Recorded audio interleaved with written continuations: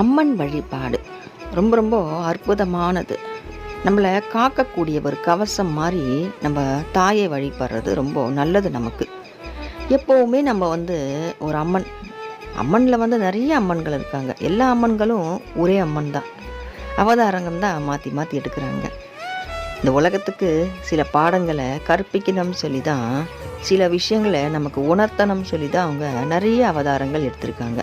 நான் இந்த அம்மனை கும்பிடணுமா, அந்த அம்மனை கும்பிடணுமான்னா, எல்லா அம்மனும் ஒரே அம்மன் தான். நம்ம சக்தியானவள், நம் தந்தையின் பாதியானவள், நம்ம லோக மாதா, லோகேஸ்வரி, தர்மாம்பிகை, நம்மளுடைய தாய், நம் பசி ஆற்றக்கூடிய தாய் நம்ம பார்வதி மட்டுமே. ஒரே ஒரு தாய் தான் அத்தனை அவதாரமும் எடுக்கிறாங்க. நம்ம தாயை வழிபட்டுருக்கோம். ரொம்ப அற்புதமான ஒரு ஸ்லோகம், ஒரு மந்திரம், நம்ம உயிரை காக்கக்கூடிய ஒரு மந்திரம். நம்ம வாழ்க்கையில் எந்த தவறு